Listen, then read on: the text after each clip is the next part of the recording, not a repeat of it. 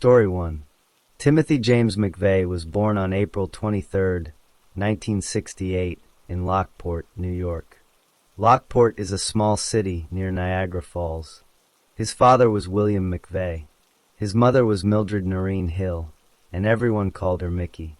The family was Irish Catholic. Tim had 2 younger sisters. For the first 10 years of his life, Tim lived with both parents. The family lived in a house on Iowa Street in Lockport. His father worked as a car maker at a General Motors plant. His mother stayed home to raise the children. Tim went to a Catholic school called St. Joseph's for his early education. He was an ordinary boy who played Little League baseball. He seemed happy and outgoing when he was young. When Tim was 10 years old, something changed in his family. His parents divorced. This happened in 1978. After the divorce, Tim's mother moved to Florida. She took his 2 younger sisters with her. Tim stayed behind in New York with his father. This separation from his mother and sisters affected him deeply. From that point on, Tim was raised by his father alone in Pendleton, New York, which was a rural area near Lockport. At school, Tim had a difficult time. He later said that other children bullied him. He felt like a target. To deal with this, he created a fantasy world in his mind. In this fantasy world, he fought back against the bullies. He imagined getting revenge on them. People who knew Tim during these years said he became very withdrawn. He did not have many friends. He only had 1 girlfriend during his entire childhood. He later told reporters that he did not know how to talk to girls or impress them. Tim became interested in computers while he was in high school. He learned how to use a Commodore 64 computer. Using the fake name The Wanderer, he hacked into government computer systems. He borrowed this name from a song by a singer named Dion DeMucci. In his final year of high school, Tim was given an award. The school called him the most promising computer programmer. On June 2, 1986, Tim graduated from Starpoint Central High School. His grades were not very good. He did not do well in most of his classes. After high school, he went to a college called Bryant and Stratton. He did not stay there long. He dropped out after a short time. When Tim was young, his grandfather introduced him to guns. Tim became very interested in firearms. He liked them more and more as he got older. He told people that he wanted to own a gun shop one day. Sometimes he brought guns to school to show his classmates. After he finished high school, his interest in guns grew even stronger. He also became very interested in the Second Amendment of the United States Constitution. This is the law that gives Americans the right to own guns. He read magazines about guns and survival, including one called Soldier of Fortune. On May 24, 1988, when Tim was 20 years old, he joined the United States Army. He did not like going to bars or parties like many young soldiers. Instead, he used his free time to read books about firearms, sniper tactics, and explosives. He attended a protest against black soldiers who wore T-shirts with Black Power symbols. At that protest, he bought a T-shirt that said, "White Power." His commanders found out about this. They punished him for it. Tim served in the Gulf War. He operated the 25mm cannon on a Bradley fighting vehicle. He was a very good shot. The Army gave him a Bronze Star for his service. During the war, he saw combat. He later said that on his first day of fighting, he used his cannon to kill an Iraqi soldier by shooting off his head. He said he celebrated after doing this. But he also saw things that bothered him. He was ordered to shoot prisoners who were trying to surrender. He saw dead bodies everywhere on the road leaving Kuwait City after American troops defeated the Iraqi army. These experiences started to make him feel angry at the government. While in the army, Tim learned how to turn off his emotions. He was trained to stay calm in dangerous situations. He also learned life-saving medical skills. At one point, he may have saved a fellow soldier who had serious wounds from shrapnel. After the Gulf War ended, Tim tried to join the Special Forces. This is an elite group of soldiers. He entered the selection program, but he failed the physical fitness requirements. He was quickly removed from the program. Shortly after that, he decided to leave the Army. He was discharged on December 31st, 1991. He received an honorable discharge. He left the Army Reserve in May 1992. After leaving the Army, Tim did not settle down. He moved back to the Buffalo area near his father. He got a job as a security guard. He worked with a man named Carl LeBron, Jr. every day at work. Tim complained to Carl about the government.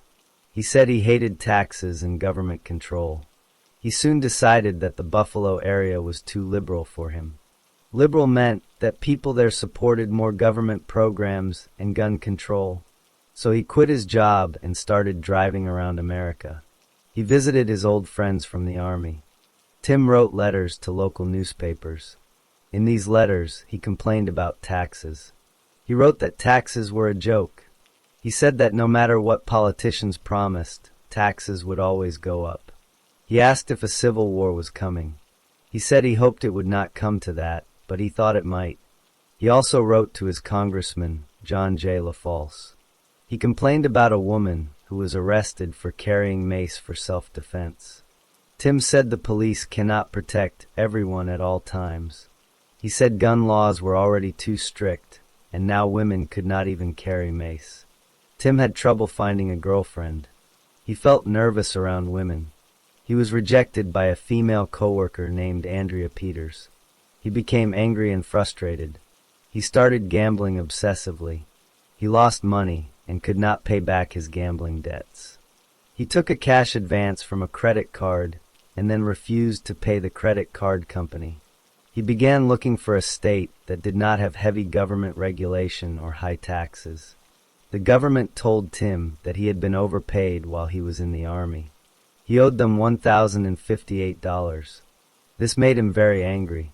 He wrote a letter to the government. In the letter, he told them to take everything he owned. He told them to take his dignity.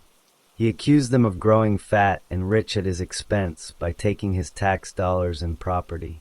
Tim moved out of his father's house. He got an apartment with no telephone. He did this so his boss could not call him to come to work. He also quit the National Rifle Association, which is a large gun rights group. He said the NRA was too weak in defending gun rights. He became a fan of the TV show Star Trek, The Next Generation. He liked the character Captain Jean-Luc Picard for his knowledge and diplomacy. He liked Worf because he was a warrior. He liked Data because he was logical. He liked Geordie LaForge because he was good at his job. In 1993, something happened that made Tim very angry. A religious group called the Branch Davidians, led by a man named David Koresh, was living in a compound near Waco, Texas. The federal government surrounded the compound. There was a shootout. 4 government agents and 6 Branch Davidians died. Then a 51-day standoff began. On April 19, 1993, the FBI and Army attacked the compound. They used tanks to knock holes in the building. They pumped in CS gas, which is a tear gas. Then a fire started. 74 men, women, and children died inside. Tim drove to Waco during the standoff to show his support for the Branch Davidians. He stood near the compound. He handed out papers that supported gun rights and criticized the government. He told a student reporter that the government was afraid of people with guns. He said the government needed to control the people at all times. He said that if you take away guns, you can do anything to the people. He said America was slowly turning into a socialist government, where the government controls everything. He said people needed to prepare to defend themselves. After the Waco fire, Tim spent 5 months working at gun shows. He traveled to 40 different states. He visited about 80 gun shows in total. He sold survival items and copies of a book called The Turner Diaries. This book was about white supremacists who start a race war and blow up government buildings. Tim said he liked the book because of its interest in firearms, not because of the racism. But he also gave out cards with the name and address of an FBI sniper named Lon Horiuchi. Horiuchi had shot and killed the wife of a white separatist named Randy Weaver during a standoff at Ruby Ridge, Idaho in 1992. Tim hoped that someone in the Patriot movement would assassinate Horiuchi. He also wrote hate mail to the sniper. He said that what goes around comes around. At the gun shows, Tim felt like he had found a home. He liked talking to people about the United Nations, the federal government, and threats to American freedom. He became friends with a man named Michael Fortier in Kingman, Arizona. Tim lived with Michael for a while. He was even the best man at Michael's wedding. Tim tried cannabis and methamphetamine, but he was not very interested in drugs. He was more interested in guns and explosives. He and Michael talked about starting a militia to fight against what they called the New World Order. Tim also spent time with a former Army friend named Terry Nichols. Terry lived on a farm in Michigan. Terry and his brother taught Tim how to make explosives using household chemicals. Tim started building small pipe bombs and setting them off. He bought large amounts of ammonium nitrate fertilizer. This is a key ingredient for making bombs. He stored the fertilizer in a rented storage unit. He and Terry began planning to blow up a federal building. Tim decided that the bombing would happen on April 19th, the second anniversary of the Waco fire. Tim wrote a long letter to a childhood friend named Steve Hodge. The letter was 23 pages long. In it, Tim said that anyone who betrays the Constitution is guilty of treason. He said those people are domestic enemies and should be punished. He said he had sworn to defend the Constitution against all enemies, foreign and domestic. He said he knew in his heart that he was right. He said blood would flow in the streets. He said it would be good versus evil, free men versus socialist wannabe slaves. He told his friend to pray that it was not his blood that spilled. Tim began to move from the propaganda phase to the action phase. He wrote to another friend that he had certain militant talents that were in short supply and greatly demanded. He thought about assassinating the Attorney General Janet Reno, the judge who handled the Branch Davidian trial, and the sniper Lon Horiuchi.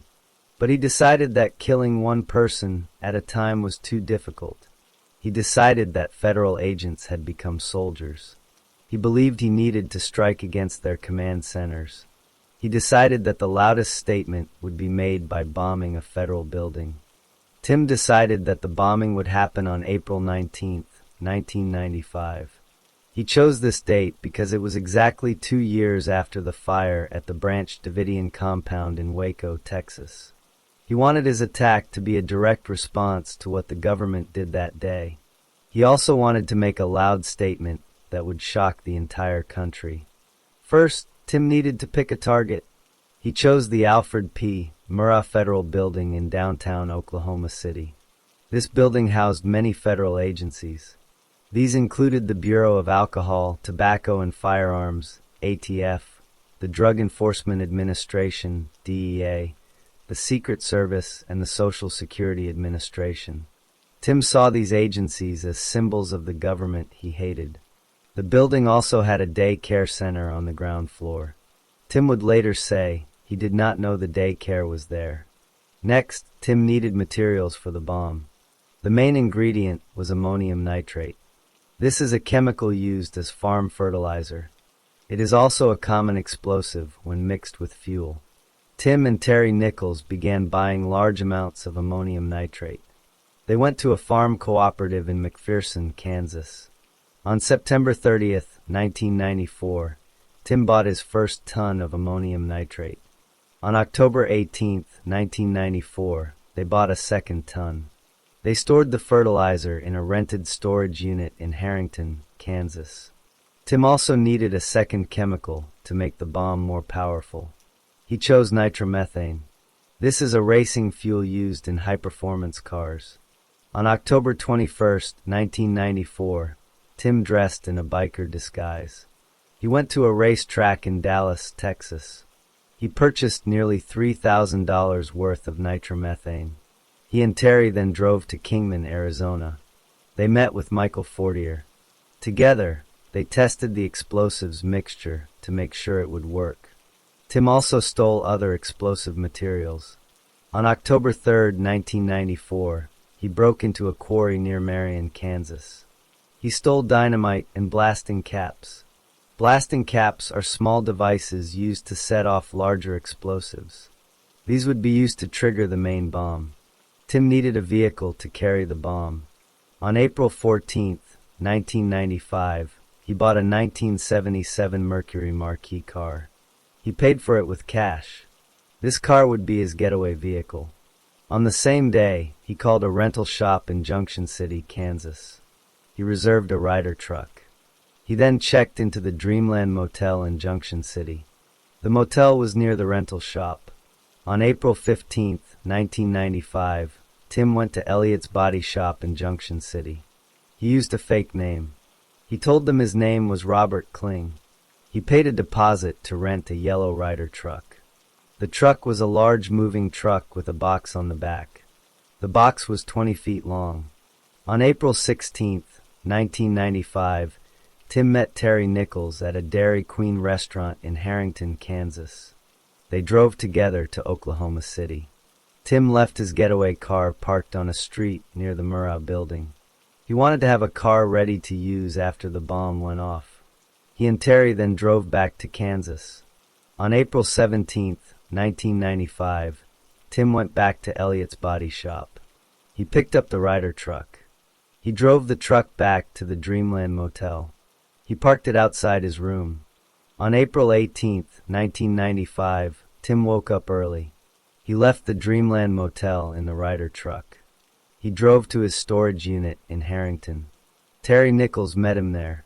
Together, they loaded the bags of ammonium nitrate and the drums of nitromethane into the back of the truck. Then they drove separately to Geary Lake State Park in Kansas. This was a remote area. There were few people around. At the park, Tim and Terry mixed the explosive components inside the truck. They built a large bomb. The total weight of the explosive was about 5,000 pounds, which is more than 2,000 kilograms. They set up 2 fuses. One fuse was timed for 2 minutes. The other fuse was a backup timed for 5 minutes. They placed the blasting caps into the bomb. After mixing the bomb, Tim drove south toward Oklahoma. Terry Nichols did not go with him. Terry stayed in Kansas. Tim drove the Ryder truck for several hours. He stopped for the night near Ponca City, Oklahoma. He slept inside the truck. On April 19, 1995, Tim woke up before dawn. He started driving toward Oklahoma City. He was wearing a t-shirt with a picture of Abraham Lincoln. On the shirt were the Latin words, Sic Semper Tyrannis. This means, thus always to tyrants. These were the words shouted by John Wilkes Booth after he shot President Lincoln.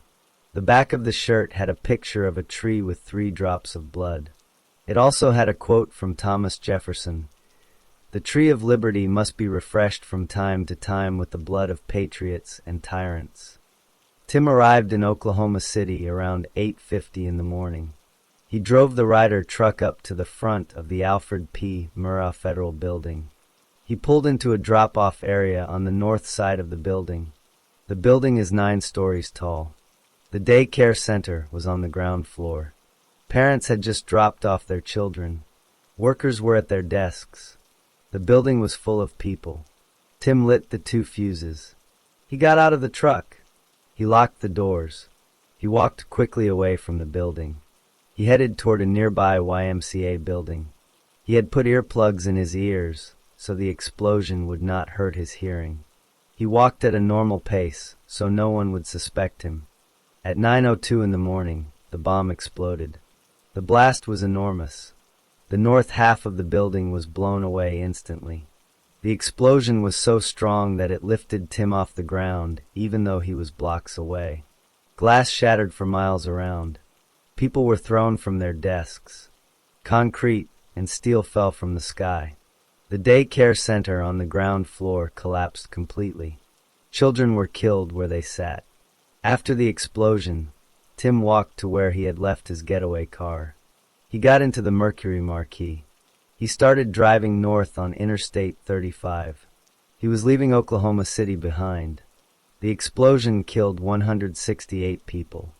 19 of the victims were small children. They were in the day care center when the bomb went off. The other victims were federal employees, office workers, and citizens who were visiting the building that morning. 8 of the victims were federal law enforcement officers. More than 500 other people were injured. Many lost arms, legs, or eyes. Some were burned. Some suffered brain damage. The blast also damaged more than 300 buildings nearby. Cars were destroyed. Windows were blown out for blocks in every direction. Rescue workers arrived very quickly. They began pulling people from the rubble. They used listening devices to find survivors who were trapped under the broken concrete. One young woman named Dana Bradley had her leg pinned under a cement block. Rescue workers had to cut off her leg while she was awake because they could not free her any other way. She survived, but she lost her mother and her 2 young children in the bombing. Stories like this happened again and again. The rescue and recovery work continued for nearly 2 weeks. About 90 minutes after the explosion, something happened that had nothing to do with the bombing investigation. An Oklahoma Highway Patrol officer named Charles J. Hanger was driving on Interstate 35 near Perry, Oklahoma. He passed a yellow 1977 Mercury Marquis. He noticed that the car had no license plate. He pulled the car over. The driver was a man in his 20s. The officer asked for his license and registration. The man did not have a plate. The officer also noticed a bulge under the man's jacket. The man admitted he was carrying a gun. The officer arrested him for driving without a license plate and for carrying a concealed weapon without a permit. The man's permit was not valid in Oklahoma. The officer took the man to the county jail in Perry, Oklahoma. The man's name was Timothy McVeigh. At that moment, no one knew he had just bombed a building. While Tim McVeigh sat in the county jail in Perry, Oklahoma, investigators in Oklahoma City were working to find out who had bombed the Murrah building. The explosion had left a large crater in the street. In the wreckage, searchers found pieces of the destroyed Ryder truck. One important piece was the rear axle. On that axle was a vehicle identification number, or VIN. The VIN is a unique number that every vehicle has. The FBI traced the VIN back to a Ryder truck rental agency in Junction City, Kansas. FBI agents went to Junction City. They spoke to the workers at Elliott's body shop, where the truck had been rented. The workers remembered the man who rented the truck. He had used the fake name Robert Kling. They gave a description of the man. An FBI artist drew a sketch of the suspect. The sketch was shown on television and in newspapers across the country. On April 20th, 1995, the manager of the Dreamland Motel in Junction City saw the sketch on television. Her name was Leah McGowan. She recognized the man in the sketch. She knew he had stayed at her motel. She called the FBI. She told them that the man had registered under the name Tim McVeigh. She also said he had been driving a yellow Ryder truck. The FBI now had a name. On April 21st, 1995, a former co-worker of Tim's from New York saw the sketch on television. He also recognized Tim. He called the authorities. A warrant was issued for Tim McVeigh's arrest on charges related to the bombing. The FBI discovered that Tim was already in custody in Perry, Oklahoma for the traffic and weapons violations. He had been held there for 2 days. No one had connected him to the bombing until now. Once the warrant was issued, Tim was taken to Tinker Air Force Base near Oklahoma City. He was formally arraigned that evening. He was charged with bombing the Murrah building. Meanwhile, another suspect was being identified. Tim's friend Terry Nichols had stayed in Kansas during the bombing, but investigators found evidence linking him to the bomb materials. Receipts showed that Terry had helped buy the ammonium nitrate. Phone records showed many calls between Tim and Terry. On April 21st, 1995, Terry learned that police were looking for him. He voluntarily surrendered to authorities in Harrington, Kansas. He was later charged in the bombing. A third person was also involved. Michael Fortier, Tim's friend from Kingman, Arizona, had known about the bombing plan. He had driven with Tim to look at the Murrah building before the attack. Tim had told Michael exactly what he was going to do. Michael did not warn anyone. After the bombing, Michael and his wife Lori talked to the FBI. They agreed to testify against Tim and Terry in exchange for leniency. On August 10, 1995, a federal grand jury indicted Tim McVeigh on 11 charges. These included conspiracy to use a weapon of mass destruction, use of a weapon of mass destruction, destruction by explosives, and 8 counts of first-degree murder. The murder charges were only for the 8 federal law enforcement officers who died in the blast. The other 160 victims were under state jurisdiction, but because Tim was facing the death penalty federally, the state of Oklahoma did not file its own murder charges. The trial could not be held in Oklahoma City. Judge Richard Match ruled that Tim could not get a fair trial there because the people were too angry and sad about the bombing. The trial was moved to Denver, Colorado. Jury selection began on March 31, 1997. Opening statements were made on April 24, 1997. The prosecution presented a mountain of evidence. They showed receipts for the ammonium nitrate purchases. They showed the rental agreement for the Ryder truck with Tim's fingerprint on it. They showed motel records placing Tim in Junction City. They showed the t-shirt Tim was wearing when he was arrested, with the Latin phrase meaning, "Thus always to tyrants." They played a surveillance video from a camera near the Murrah building that showed the Ryder truck driving by minutes before the explosion.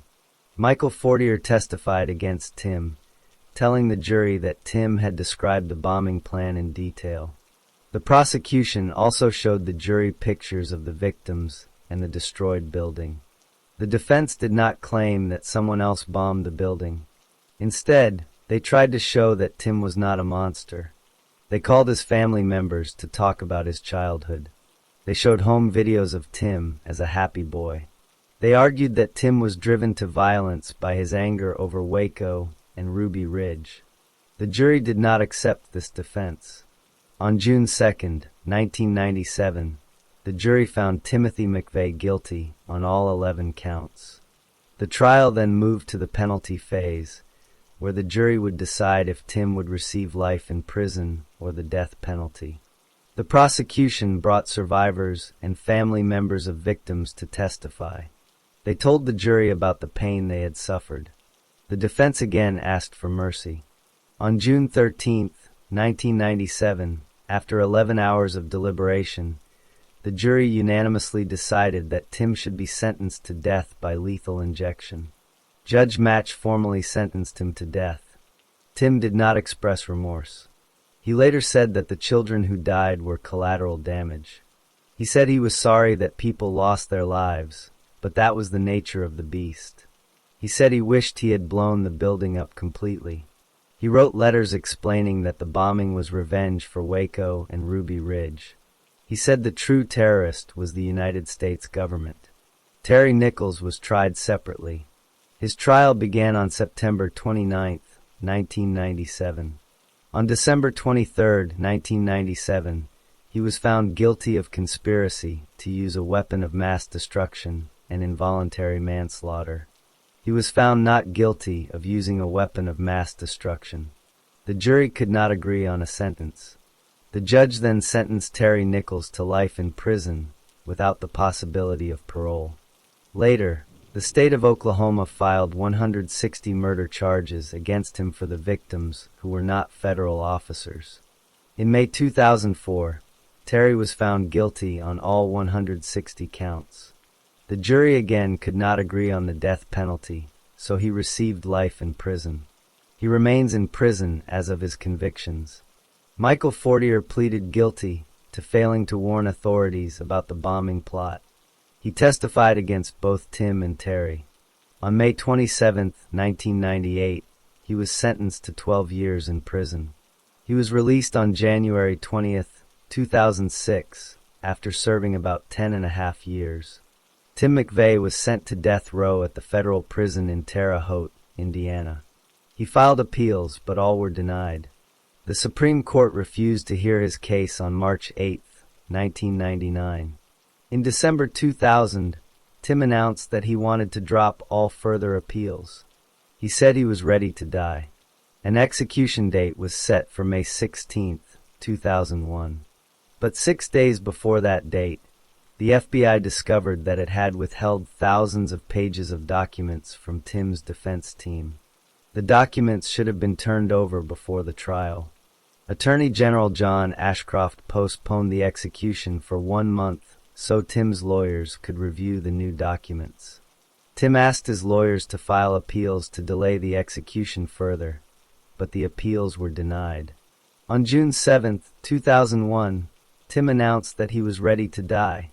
On the morning of June 11, 2001, Timothy McVeigh was executed by lethal injection at the federal prison in Terre Haute, Indiana.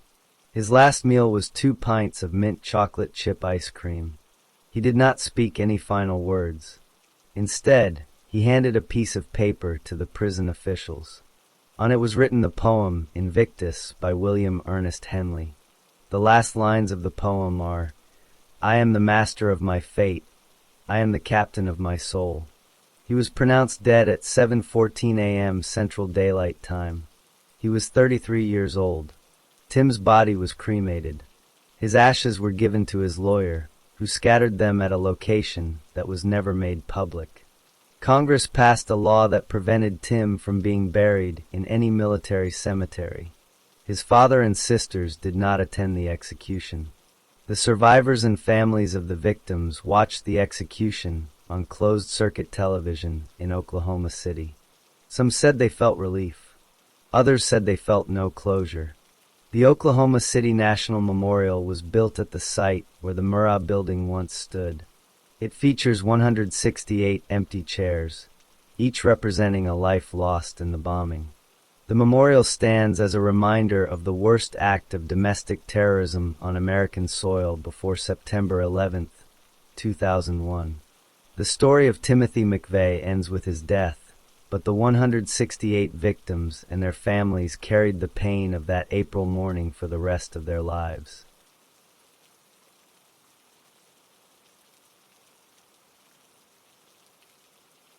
Story 2.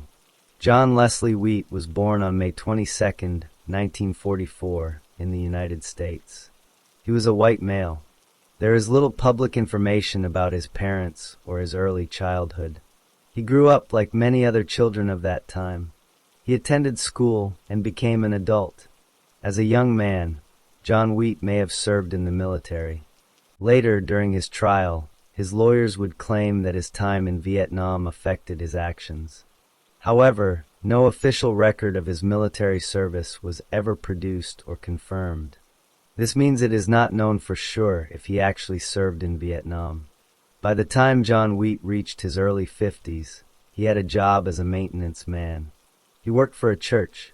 His job involved taking care of the building, making repairs, and keeping things clean.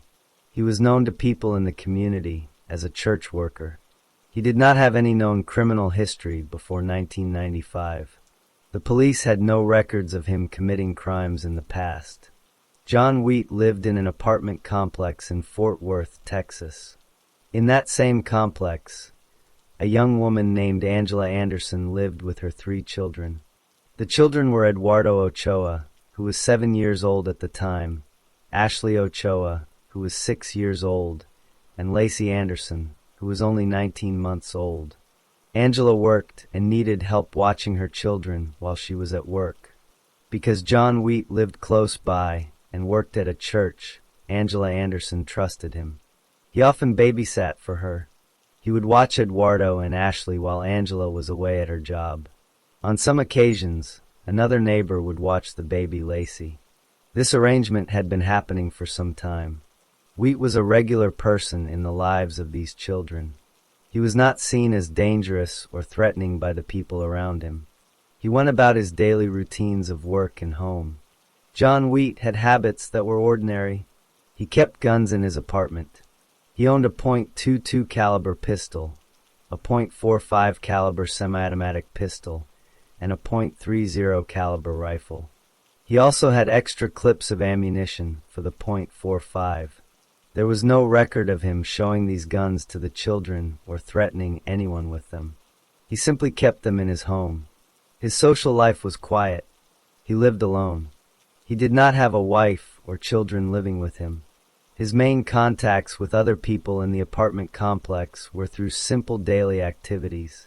He would see neighbors in the parking lot or in the hallways. He would sometimes babysit for Angela. There was no public sign that anything was wrong with him. No one had reported strange behavior from him before July 1995. One evening, on July 29, 1995, Angela Anderson went to work. She asked John Wheat to babysit her two older children, Eduardo and Ashley. Another neighbor took care of the baby Lacey. Wheat accepted and watched the children at his apartment or at theirs. The evening passed without any reported problems. After the babysitting ended, the children went back to their mother. That night, everyone went to sleep. The next morning, something happened that would start a chain of events. The next morning was July 30th, 1995. Angela Anderson woke up in her apartment with her three children. After breakfast, her daughter Ashley said something to her. Ashley told her mother that the night before, while John Wheat was babysitting, he had kissed her on the lips. Ashley also said that Wheat had put his hand down her shorts and touched her in her private area. Angela Anderson believed her daughter. She became upset and worried. She decided she needed to tell someone in authority. She decided to call the police to report what Ashley had said. But before she called, she wrote a note. The note repeated what Ashley had told her. It said that Wheat had kissed Ashley on the lips and touched her genitals. The note also said that Angela was going to report him to the police. Angela gave this note to her son Eduardo, who was 7 years old. She told him to deliver the note to John Wheat's apartment. Eduardo took the note and went to Wheat's door. He handed the note to Wheat. Then Eduardo returned to his mother's apartment.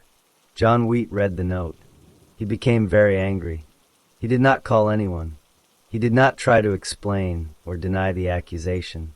Instead, he decided to take action with his guns. Wheat went to his bedroom or closet and gathered his weapons. He took a loaded .22 caliber pistol. He took a loaded .45 caliber semi-automatic pistol. He also took extra clips of ammunition for the .45. He put these on his body. Then he left his apartment and walked to Angela Anderson's apartment. When he arrived at her door, he entered or confronted her. Angela saw him and became afraid. She ran upstairs to try to call the police. As she ran up the stairs, Wheat raised the .45 caliber pistol and began firing at her. He shot multiple times. At least 2 bullets hit Angela. One hit her in the chest. Another hit her in the thigh. She kept running despite being wounded. A security guard named Jesse Cranfield lived in the apartment above Angela's.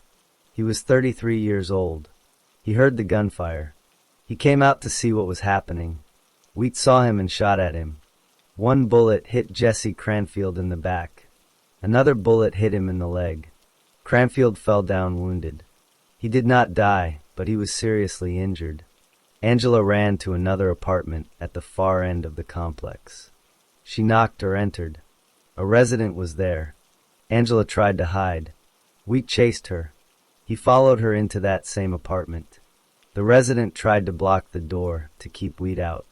Wheat raised his .45 again and tried to shoot the resident, but the gun was now empty. It had run out of ammunition. Wheat did not stop. He pulled out his second gun, the .22 caliber pistol. He entered the apartment. He went to the back bedroom. Angela was hiding inside a closet. Wheat found her. He pointed the .22 at her head and fired twice. Both bullets hit Angela in the head. She fell down. She was still alive, but the bullets caused severe damage to her brain. Fragments of the bullets remained lodged in her brain tissue. Wheat then left that apartment. As he walked back toward Angela's apartment, He reloaded his .45 pistol with the extra clips he had brought. He was not done. He entered Angela's apartment. He went to the back bedroom. The 3 children were there. Eduardo, age 7, was kneeling next to a bed. Ashley, age 6, was in a corner of the same bedroom. Lacey, the 19-month-old baby, was on the floor in a back room of the apartment. Wheat raised his gun. He shot Eduardo in the head. The boy fell forward, his head resting on the bed in a pool of blood. Then Wheat shot Ashley in the head. She was curled up. Then Wheat shot baby Lacey in the head. Lacey was still breathing after the shot, but she was dying. After killing the 3 children, Wheat still did not stop. He went back to his own apartment. He put down the pistols, or kept them. Then he picked up his .30 caliber rifle. He came back outside into the common areas of the apartment complex. He began firing the rifle randomly at people who were standing outside. A tenant named Juan Ramirez, who was 19 years old, was hit by one of these random shots. He was wounded. Police officers had been called by neighbors who heard the gunfire. The first officers arrived at the complex. One of them was a female officer named Angela J. As she entered the complex, Wheat shot at her. He hit her multiple times. Bullets struck her in the chest and stomach. She suffered life-threatening injuries. Other officers moved in on Wheat. They pointed their guns at him. At that point, Wheat stopped shooting. He laid down his weapons on the ground. He put his hands up. He surrendered to the police. He asked the officers not to hurt him. After Wheat was taken into custody, police and neighbors searched the apartment complex. A neighbor told the officers that Angela's 3 children were still inside her apartment. Officers went inside. They found Eduardo dead, kneeling by the bed with his head in blood. They found Ashley dead in the corner. They found baby Lacey on the floor. She was still breathing, so they tried to revive her. But the gunshot wound to her head was too severe. She died at the scene. Angela Anderson was found in the closet of the other apartment. She was alive but badly wounded. She had bullet fragments in her brain. Doctors later said the fragments could not be removed because surgery would be too dangerous. She survived the shooting, but she had permanent brain damage. In total, John Wheat had shot and killed 3 children: Eduardo Ochoa, Ashley Ochoa, and Lacey Anderson. He had shot and wounded Angela Anderson, Jesse Cranfield, Juan Ramirez, and police officer Angela J. 4 people were wounded. 3 children were dead. After John Wheat surrendered to the police at the apartment complex, officers handcuffed him and took him into custody. He was placed in a police vehicle and transported to the local jail. He did not resist arrest. He had asked the officers not to hurt him, and they did not. At the same time, emergency medical teams arrived at the apartment complex. They treated the wounded. Angela Anderson was taken to a hospital. The bullet fragments in her brain could not be removed. She stayed in the hospital for a long time. She survived, but her brain was permanently damaged. She would never live the same way again. Police officer Angela J. was also taken to a hospital. She had been shot multiple times in the chest and stomach. Doctors operated on her. She survived her wounds. Jesse Cranfield and Juan Ramirez were treated for their gunshot wounds. All 4 wounded people lived. The police collected evidence at the scene. They took photographs of the children's bodies. They collected the weapons Wheat had used: the .22 caliber pistol, the .45 caliber semi-automatic pistol, the extra clips of ammunition, and the .30 caliber rifle. They also found the note that Angela had written to Wheat. The note was recovered from Wheat's apartment or from his possession. The police also spoke to witnesses, including the resident whose apartment Angela had run into for safety. John Wheat was formally charged with murder. Because Lacey Anderson was only 19 months old, and Texas law made the murder of a child under 6 years old a capital offense, Wheat was indicted for capital murder. The indictment was filed on October 29, 1995, in Tarrant County, Texas. He was not separately charged for the murders of Eduardo and Ashley, because under Texas law a single capital murder charge for killing one child under 6 was enough to seek the death penalty. Wheat remained in jail while waiting for his trial. His lawyers prepared a defense. They argued that Wheat had suffered brain damage weeks before the shootings. They claimed he had inhaled glue fumes while installing insulation. They also claimed his actions were influenced by his time in Vietnam. However, no military record was produced to prove he had served there. The state argued that these claims did not change what Wheat had done. The trial began in February 1997. The jury was selected from Tarrant County. Wheat pleaded not guilty. The prosecutors presented the evidence: the note, the guns, the bullet fragments, the testimony of witnesses, and the medical reports of the victims. The jury heard how Wheat had shot each child in the head. After hearing all the evidence, the jury went to deliberate. They took only 17 minutes to reach a verdict. On February 24, 1997, the jury found John Wheat guilty of capital murder. The trial then moved to a separate punishment hearing. The same jury had to decide whether Wheat would receive the death penalty or life in prison. The prosecutors argued for death. The defense asked for life. The jury deliberated for 2 hours. On February 26, 1997, the jury sentenced John Wheat to death by lethal injection. Wheat's conviction and death sentence were automatically appealed to the Texas Court of Criminal Appeals. That court reviewed the case and affirmed, or upheld, the trial court's decision on April 21, 1999. Wheat then filed a state application for a writ of habeas corpus, which is a legal request to have a conviction reviewed. The Texas Court of Criminal Appeals denied that application on May 26, 1999. A supplemental application was dismissed as an abuse of the writ on June 23, 1999. Wheat next took his case to federal court. On March 21, 2000, the United States District Court for the Northern District of Texas denied his federal habeas corpus petition. Wheat then appealed to the United States Court of Appeals for the Fifth Circuit. On January 5, 2001, the Fifth Circuit denied his request for a certificate of appealability. This meant he could not take his appeal further in that court. Wheat then asked the United States Supreme Court to hear his case. On June 4, 2001, the Supreme Court denied his petition for a writ of certiorari, which means the court refused to review his case. The Supreme Court also denied his application for a stay of execution. No further appeals were possible. Wheat did not ask for clemency from the Texas Board of Pardons and Paroles or from the governor. He also declined to speak with reporters in the weeks before his execution. On June 13, 2001, John Wheat was taken to the execution chamber in Huntsville, Texas. He was 57 years old. Witnesses were present, including relatives of Wheat and victims. Police officer Angela J., who had been shot by Wheat, was among the victim witnesses. Cynthia Bolin, the aunt of Angela Anderson, was also present. At 6:11 p.m., the lethal injection began. Before the drugs were administered, Wheat spoke his final words. He said, "I deeply regret what happened. I did not intentionally or knowingly harm anyone. I did not do anything deliberately. That's it."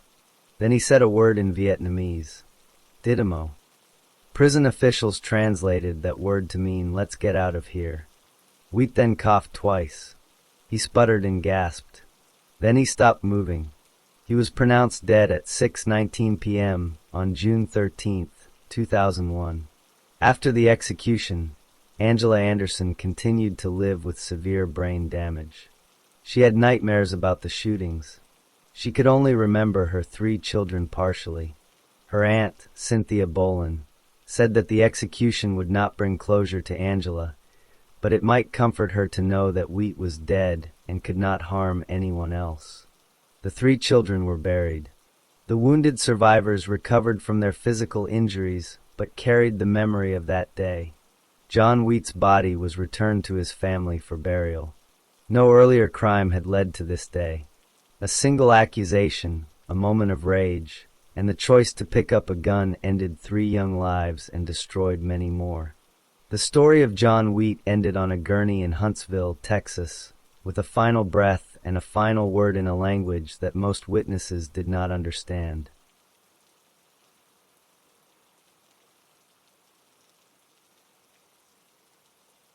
Story 3.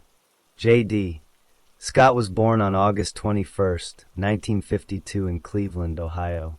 He was the 6th child in a family that would eventually have 11 children. His mother's name was Sadie Scott. His father's name was Willie Scott. Both parents were alcoholics. They drank alcohol every day and often beat their children. The family lived in a poor neighborhood on the east side of Cleveland. The father spent most of the family's money on alcohol and gambling. He did not leave enough money for food, heat, or other basic needs. Many times, the utility bills were not paid. In the cold winter months, the house had no heat. The children often had to borrow food or steal food to survive. As many as 5 children slept in one bed. J. Scott had trouble learning in school. He also had a stutter, which made it hard for him to speak clearly. Mental health experts later believed that his mental illness may have started when he was a child, but no one diagnosed him at that time. He spent most of his time on the streets instead of in school. When Jay was 9 years old, he was arrested for the first time. The charges included truancy, which means staying away from school without permission. He was also charged with theft and breaking and entering. His life of trouble with the law began at that young age. At age 13, Jay was sent to the Cleveland Boys' School. This was a place for troubled young people who had broken the law. He spent time there with other boys who had similar problems. Jay's family had many violent events. One of his brothers was shot and killed. One of his sisters was also shot and killed. Another brother was shot and became paralyzed and could not walk. His older brother, also named Willie, spent most of his life in psychiatric hospitals because of mental illness. Violence and mental illness were common in the home where Jay grew up. Jay continued to live in Cleveland. He went in and out of juvenile detention as a teenager. He did not have a steady job. He did not finish his education. By the time he became a young adult, he had already spent many years in institutions for young offenders. He had no stable home life. He had no treatment for his mental problems. He had no one to guide him toward a different path. On May 6, 1983, J.D. Scott was 30 years old. He was living in Cleveland. On that day, he decided to rob a small store. He did not act alone. He had at least one accomplice, which means another person who helped him. Together, they planned to go to a delicatessen on Cleveland's east side. The name of the store was the V&E Delicatessen. The owner of the store was a 74-year-old woman named Vinnie M. Price. She was black, like Scott. She had worked at that store for 30 years. In 1963, she became co-owner. She was an elderly woman who ran the store by herself. Scott and his accomplice entered the store. They did not immediately rob her. Instead, they placed an order for food. They asked the elderly owner to prepare food for them. She agreed and began making their food. After she finished preparing the food, Scott took out a handgun. The gun was a .38 caliber handgun. He pointed it at Vinnie Price. Then he shot her one time in the chest. The distance between the gun and her chest was less than 12 inches. That is very close. She fell to the ground and died from the gunshot wound. After shooting her, Scott took money from the store. This was a robbery. He stole from the store after killing the owner. His accomplice was also inside or nearby. Later, Scott would claim that the woman was reaching for a gun. But that was his statement.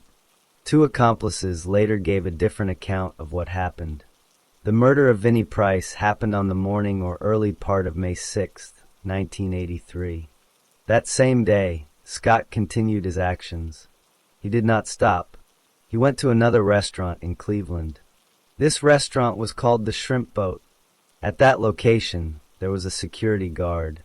The security guard's name was Alexander Jones. He was 66 years old. Some records list him as Ralph Alexander Jones. At the Shrimp Boat, Scott committed another robbery. During this robbery, he shot the security guard, Alexander Jones. The guard died from his injuries. This was the second murder that Scott committed within a short period of time. One murder happened earlier in the day at the delicatessen. The second murder happened later that same day, or the following day. Court records show the murder of Alexander Jones occurred on May 7, 1983, the day after Vinnie Price was killed. So Scott killed 2 people in less than 24 hours. After committing these 2 murders, Scott left Cleveland. He traveled to Philadelphia, Pennsylvania. He did not turn himself in. He tried to hide from the police. While he was in Philadelphia, he spoke about his actions. He bragged to people that he was the baddest man in town. This means he claimed to be the most dangerous and toughest person. He was proud of what he had done. During the time of the crimes, there were other people present. The accomplices who helped Scott at the V&E delicatessen saw what happened. They saw Scott shoot Vinnie Price. They saw him take money. Later, these accomplices would speak to others about what they had witnessed. But at the time of the crime, they did not stop Scott. They did not call the police immediately. They were part of the robbery plan. No police officers arrived at the delicatessen during the crime. The murder happened quickly. Scott and his accomplice left the store after the shooting and the robbery. The body of Vinnie Price was found inside her store later. For the second murder at the Shrimp Boat, the security guard Alexander Jones was also found dead at the scene. People at the restaurant saw what happened, but Scott had already fled the area. Scott did not have any relationship with either victim. He did not know Vinnie Price before that day. He did not know Alexander Jones. He chose them because they were at the places he wanted to rob. The elderly woman was an easy target because she was alone. The security guard was in his way during the second robbery. After fleeing to Philadelphia, Scott continued to hide. He did not commit any more murders that are recorded in this case. But he remained a fugitive, which means a person who runs away from the law. The police in Cleveland had begun to learn about the crimes. They started asking questions. They talked to witnesses. They learned that Scott was the shooter. They also learned the names of the accomplices. The accomplices gave information to the police.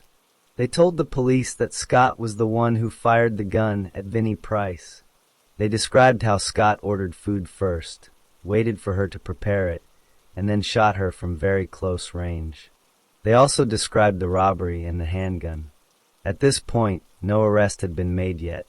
The police knew who they were looking for. They knew Scott had fled to Philadelphia. But the arrest and the full investigation had not yet taken place. That would come later. After J.D., Scott fled to Philadelphia. The police in Cleveland began their investigation. Cleveland homicide detectives talked to witnesses at the V&E delicatessen. They also talked to witnesses at the Shrimp Boat. The 2 accomplices who helped Scott at the delicatessen gave statements. They told the police that Scott was the one who shot Vinnie Price. They said he fired the gun from less than 12 inches away after she had prepared their food. The police learned that Scott had bragged in Philadelphia that he was the baddest man in town. That information helped them track him. Cleveland homicide detectives traveled to Philadelphia. They found J.D. Scott there. They arrested him and brought him back to Cleveland to face charges. Scott was charged with the murder of Vinnie Price. He was also charged with the murder of Alexander Jones, the security guard. The case went to trial in Cuyahoga County, Ohio. The trial took place in 1984. The 2 accomplices who had been with Scott at the delicatessen testified against him in court. They told the jury what they had seen. They identified Scott as the shooter. Scott's defense claimed that Vinnie Price was reaching for a gun. The jury did not believe this claim. The evidence showed that she was an elderly woman working alone in her store. There was no proof that she had a gun. The jury deliberated for only 20 minutes. That means they discussed the case for a very short time before reaching a verdict. They found J.D. Scott guilty of murder. On April 3, 1984, the judge sentenced Scott to death for the murder of Vinnie Price. The method of execution was set as lethal injection. At the same time, Scott was also sentenced to death for the murder of Alexander Jones. But that second death sentence did not stay in place. Later, the 8th District Ohio Court of Appeals reviewed the case. The court found a problem with the second murder conviction. Some of the jurors in the Jones case had seen a newspaper headline. That headline mentioned Scott's other death sentence for killing Vinnie Price. The court ruled that this could have influenced the jurors' decision. So the death sentence for killing Alexander Jones was overturned. That sentence was later reduced to life in prison. Scott remained on death row for the murder of Vinnie Price. Scott spent many years appealing his case. He filed multiple appeals in state and federal courts. He asked the Ohio Supreme Court and the U.S. Supreme Court to stop his execution. All of these appeals were denied. The U.S. Supreme Court refused to hear his case multiple times between 1987 and 2001. While on death row, Scott received a diagnosis. Doctors said he had chronic schizophrenia. This is a mental illness that affects how a person thinks and behaves. Scott also had a low IQ. His lawyers argued that he was not competent to be executed. Competent means having the mental ability to understand why he was being put to death. Ohio law said an inmate is competent to be executed if he knows about the legal proceedings against him, knows why he is being executed, and knows that he will die as a result. Lower courts reviewed Scott's mental condition. A Cuyahoga County Common Pleas judge ruled that Scott was competent to face execution. The Ohio Supreme Court upheld that ruling in a 6-1 vote. The court said that although Scott had schizophrenia, the illness did not prevent him from understanding the proceedings against him. Scott had 3 different execution dates. The first was set for April 17, 2001. A court ordered a delay just 65 minutes before the execution was to take place. The second date was May 15, 2001. This time, the tubes used for lethal injection had already been inserted into Scott's arms. But a court stopped the execution at the last minute again. The third date was set for June 14, 2001. On June 13, 2001, the U.S. Supreme Court rejected Scott's final appeal. Ohio Governor Bob Taft reviewed the case for clemency, which means mercy that would stop the execution. The Ohio Parole Board had recommended against clemency by a vote of 10-1. Governor Taft denied clemency. He said no new evidence had been presented. On June 14, 2001, J.D. Scott was executed at the Southern Ohio Correctional Facility near Lucasville, Ohio. The method was lethal injection. He was pronounced dead at 9:08 p.m. He was 48 years old. Before he died, he spoke to 3 family members who were watching. He said he loved them. He told them not to worry. He did not apologize to the family of Vinnie Price. Scott was the second person executed in Ohio since 1963. The first was Wilford Berry in 1999. Vinnie Price had been dead for 18 years at the time of Scott's execution. Alexander Jones's family did not see Scott executed for that murder because the death sentence had been overturned. After the execution, the case was closed. The victims remained dead. The criminal was put to death. The state of Ohio carried out its sentence.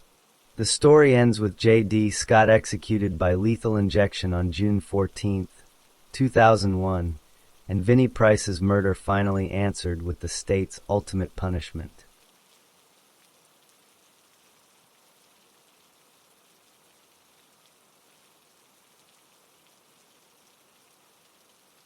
Story 4.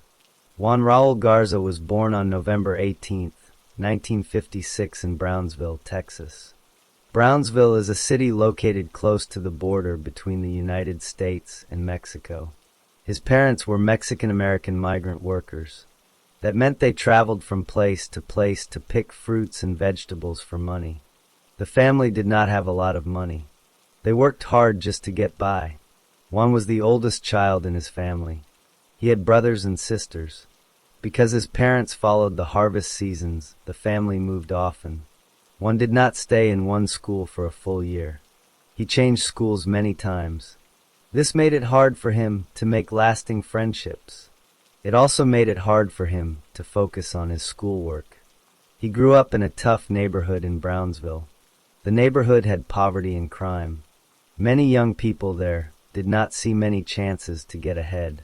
As a young man, Juan started to spend time with friends from his neighborhood. These friends came from similar poor backgrounds. They did not have much money or stability. Juan did not finish a long education. Instead, he began to look for ways to make money outside of regular jobs. In the early 1980s, he started to get involved in selling marijuana. At first, it was small amounts, but over time, he learned how the drug trade worked.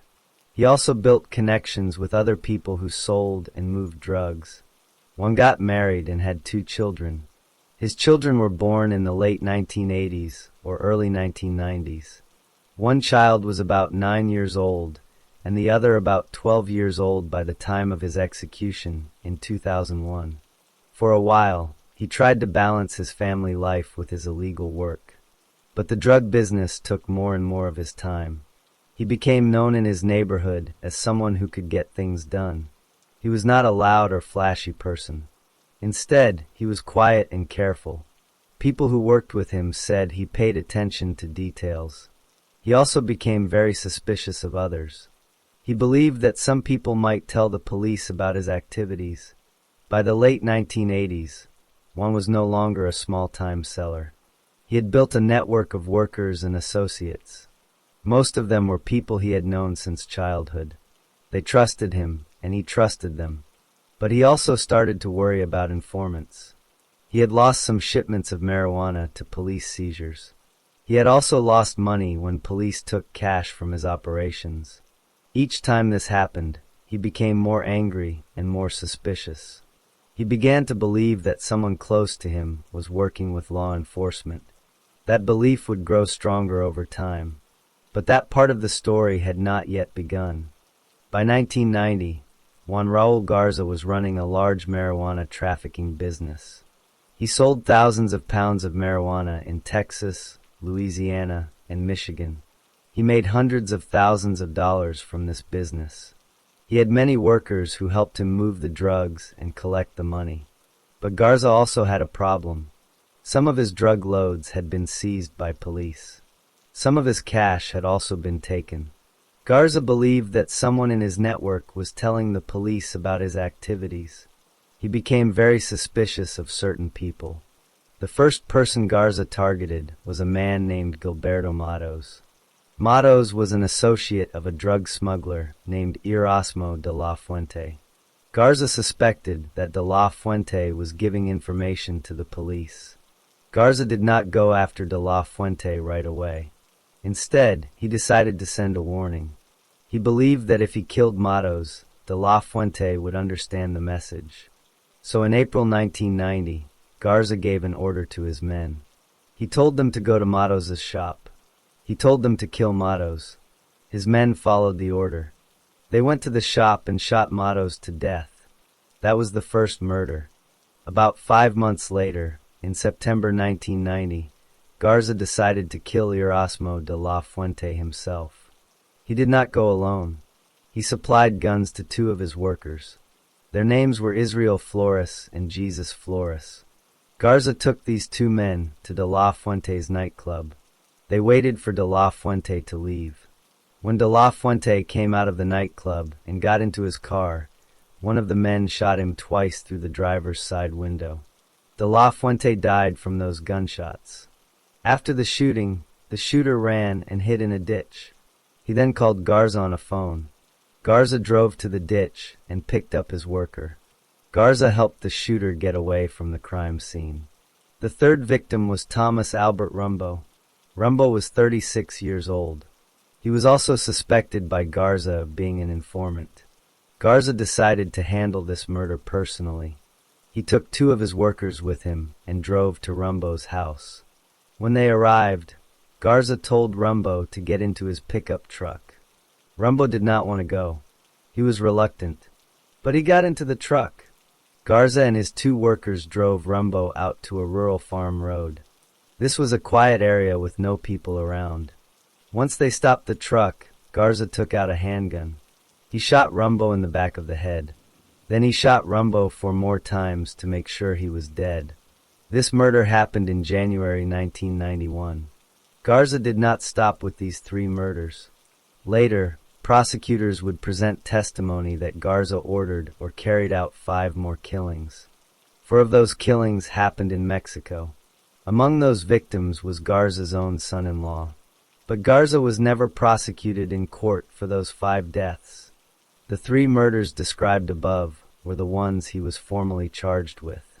All 3 murders were committed for the same reason. Garza wanted to protect his drug business. He killed Matos as a warning to De La Fuente. He killed De La Fuente because he believed De La Fuente was an informant. He killed Rumbo because he also believed Rumbo was an informant. Each murder was meant to remove a threat and to scare others who might think about talking to the police. Garza used a handgun in each killing. He used his workers to help him in some killings.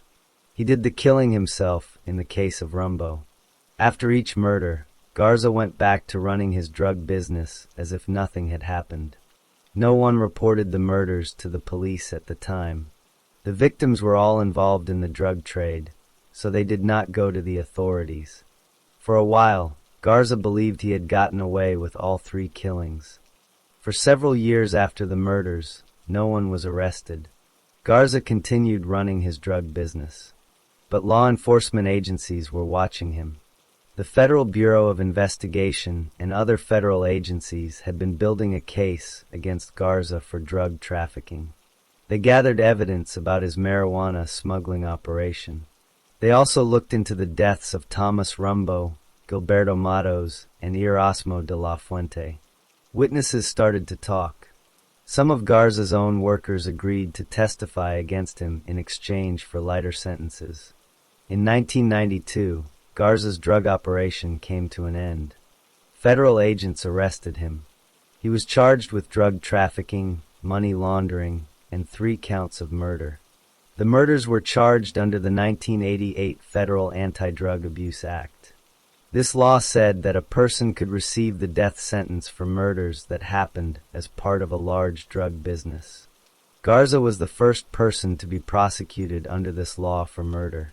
The trial took place in the Southern District of Texas in 1993. The prosecutor was a Hispanic attorney.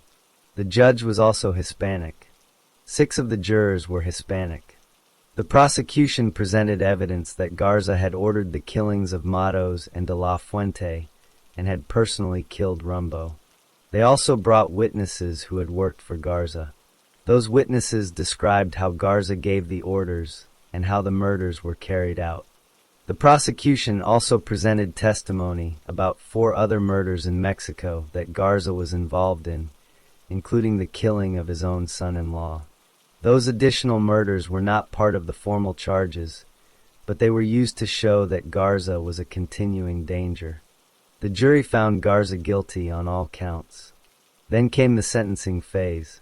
The jury had to decide between death and life in prison. The prosecution told the jury that if Garza did not get the death penalty, he could be released from prison in as little as 20 years. That statement was not true. Under federal sentencing rules, the jury could have chosen life in prison without any possibility of release. But the judge did not correct the prosecution's false statement. The jury was never told that life without parole was an option. On August 10, 1993, the jury sentenced Juan Raul Garza to death. After the trial, Garza's lawyers appealed the case many times. They argued that the jury should have been told about the possibility of life without parole. They also argued that the federal death penalty was used unfairly against minorities. A Justice Department study had found that 80% of federal death penalty defendants were minorities. Garza was Hispanic. His lawyers said that if he had been white, he might have received a life sentence instead. In 2000, President Bill Clinton delayed Garza's execution for 6 months to allow more study of racial and geographic disparities in the federal death penalty.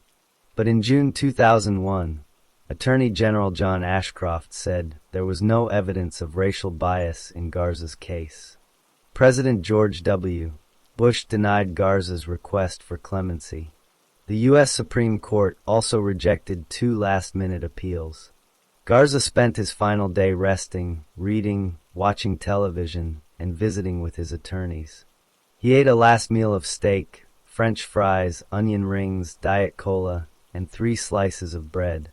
On the morning of June 19, 2001, Juan Raul Garza was executed by lethal injection at the U.S. Penitentiary in Terre Haute, Indiana. He was 44 years old. Before he died, he said, "I just want to say that I'm sorry, and I apologize for all the pain and grief that I have caused. I ask your forgiveness, and God bless." He was the second federal inmate executed since 1963, following Timothy McVeigh by 8 days. His 3 victims remained dead, and the families of Thomas Rumbo, Gilberto Matos, and Erasmo de la Fuente were left to live with their loss. Juan Raul Garza's death closed the final chapter of the crimes he committed more than 10 years earlier.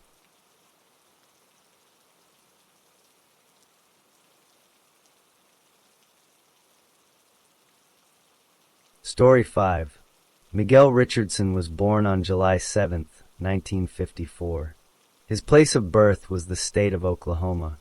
Not much is known to the public about his parents or his early childhood.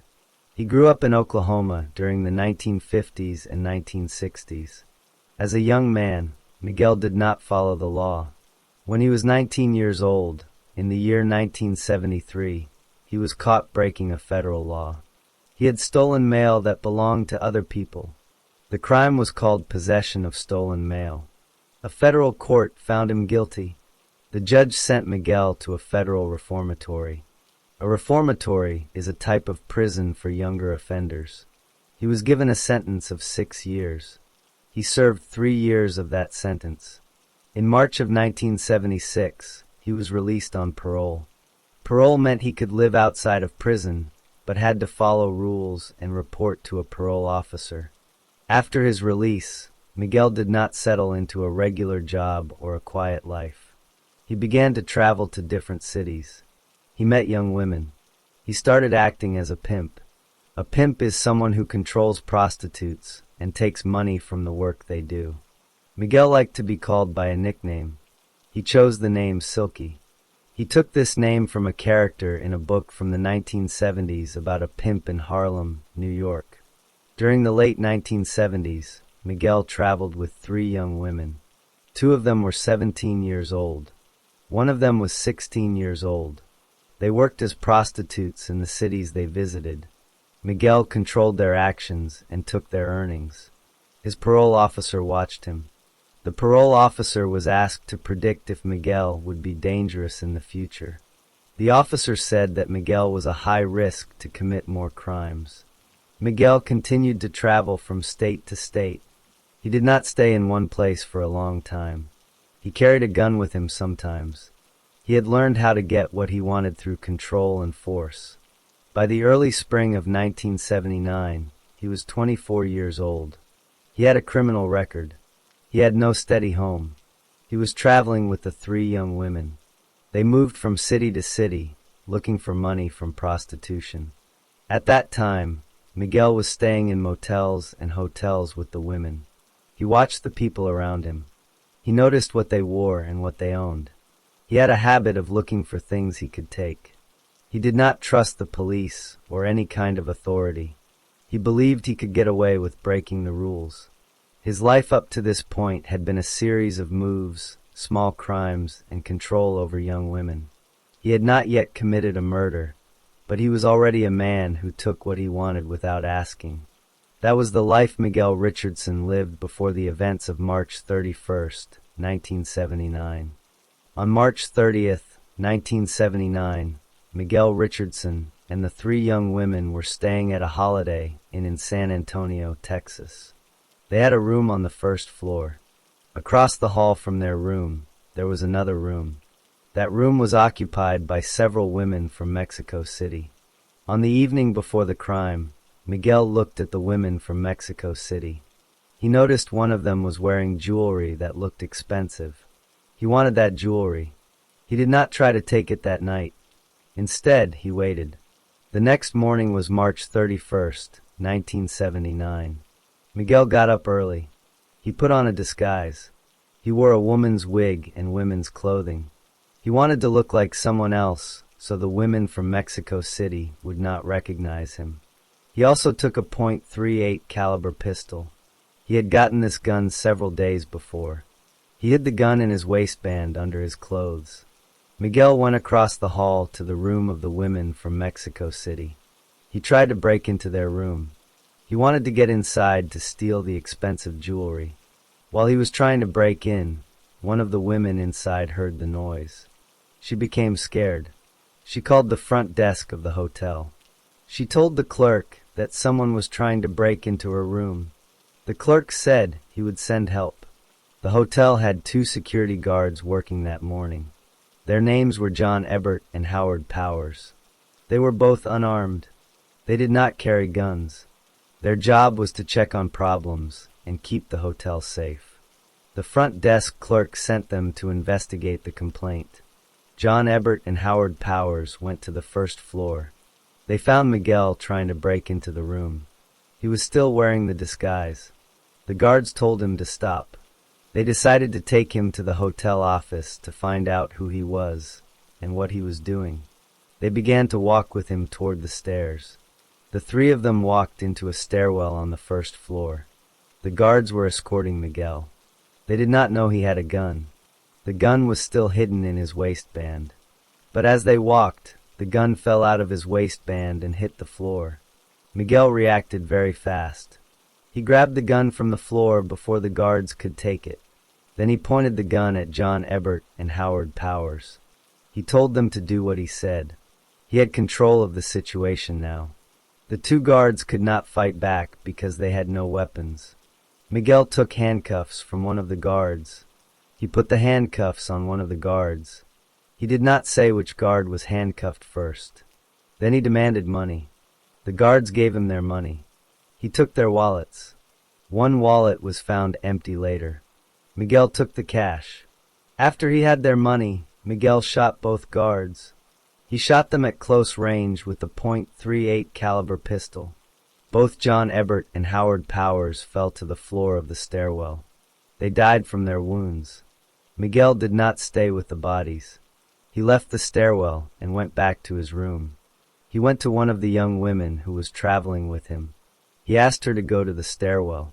She went. When she got there, she saw the 2 dead guards on the floor. The bodies had not been discovered yet by anyone else. Miguel had told her to wipe the area around the bodies.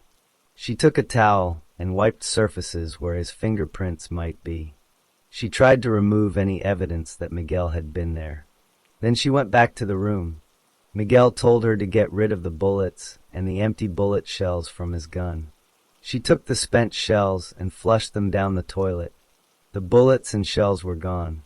Later, Miguel told another one of the young women about what he had done. He boasted to her. He said that the guards had begged for their lives after giving him their money. He said he killed them anyway. He was proud of what he did.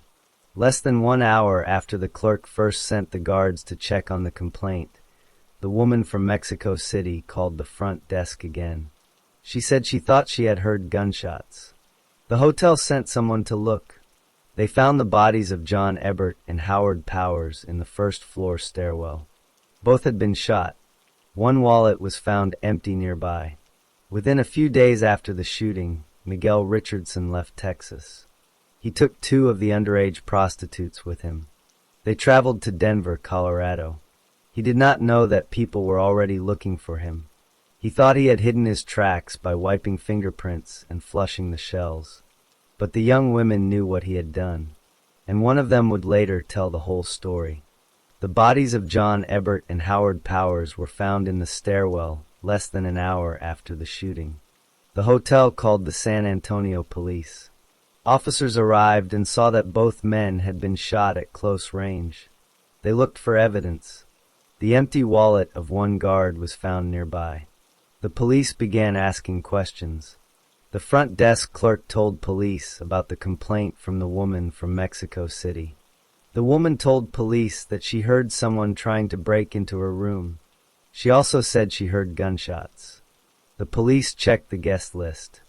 They learned that Miguel Richardson had been staying in the room across the hall. But by the time police started looking for him, he was already gone. The three young women who had been traveling with Miguel were not all with him when he fled. Some of them stayed behind or were picked up later. The police found them and questioned them. The women told the police what had happened. They described how Miguel had worn a disguise, tried to break into the room, and shot the guards after the gun fell out. One woman told police about wiping the stairwell with a towel. Another woman told police about flushing the bullet shells down the toilet. A third woman said Miguel had boasted to her about making the guards beg for their lives. The police now had a clear picture of who committed the murders. They issued a warrant for Miguel Richardson's arrest. But Miguel was not in Texas. He had gone to Denver, Colorado with two of the young women. In Denver, Miguel continued to commit crimes. On April 20th, 1980, he was being held at the Denver County Jail. He had not yet been arrested for the San Antonio murders. He was in jail for other reasons. On that day, a shift commander told Miguel that he would be placed in isolation. Miguel became very angry and violent. He tried to hit the officer with a fire extinguisher. This attack was added to his record. On June 19, 1980, Miguel was taken to a hospital in Denver. He was in custody. His handcuffs were removed at the hospital. While the handcuffs were off, he pulled out a homemade knife called a shank. He had hidden the shank in his pants. He stabbed Deputy Sheriff Kenneth Hall in the neck. The knife went deep enough to reach the deputy's spine. Miguel then tried to grab the deputy's gun. He tried to shoot it. The deputy was able to stop the gun from firing by jamming the skin between his thumb and finger into the gun's mechanism. The deputy survived, but was left with a disfigured hand. Miguel tried to escape again, but was stopped. Later in June 1980, the Denver police finally arrested Miguel Richardson for the San Antonio murders. He was taken into custody, but he did not want to go back to Texas. He fought extradition for more than 2 years. Extradition is the legal process of sending a person from one state to another to face charges. Miguel used every legal delay he could find. While fighting extradition, Miguel was held in Colorado. He talked to another inmate named Mark Stanley Saver. Miguel confessed to Saver that he had killed the 2 security guards in San Antonio. Saver later told authorities about this confession. In May 1981, a grand jury in Behar County, Texas, returned an indictment. Miguel Richardson was formally charged with capital murder for the death of John Ebert. Capital murder meant he could face the death penalty. The case went to trial in September 1981 in San Antonio. The trial lasted several days. The 3 young women who had been with Miguel all testified against him.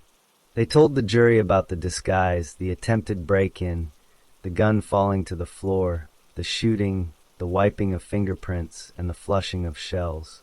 The jury also heard about the attack on the Denver jail officer and the stabbing of Deputy Hall. The jury found Miguel Richardson guilty of capital murder on September 16, 1981. The same jury then heard evidence to decide if he should get life in prison or the death penalty. The state asked for death. The jury answered yes to 2 special questions required by Texas law. On September 18, 1981, The judge sentenced Miguel Richardson to death by lethal injection. Miguel did not stop fighting. He filed many appeals over the next 20 years. His case went to the Texas Court of Criminal Appeals. It went to the United States Supreme Court at least 6 times. He argued that he was mentally ill and that prison officials were giving him antipsychotic drugs to keep him sane enough to be executed.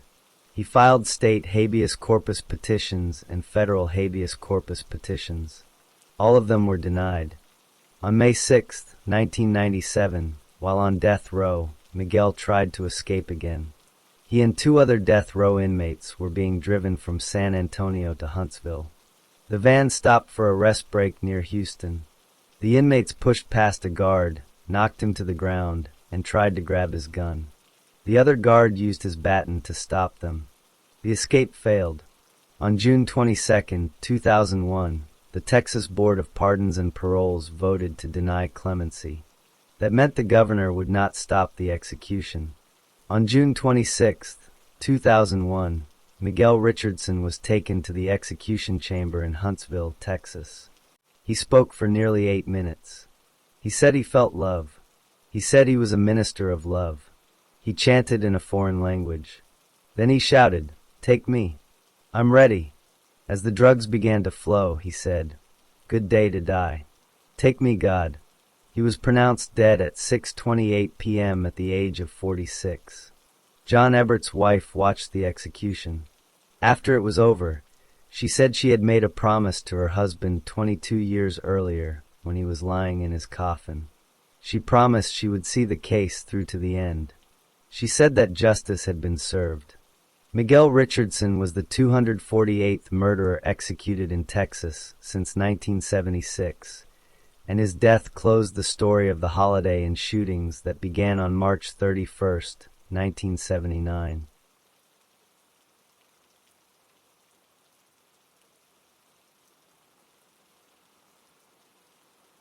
Story 6.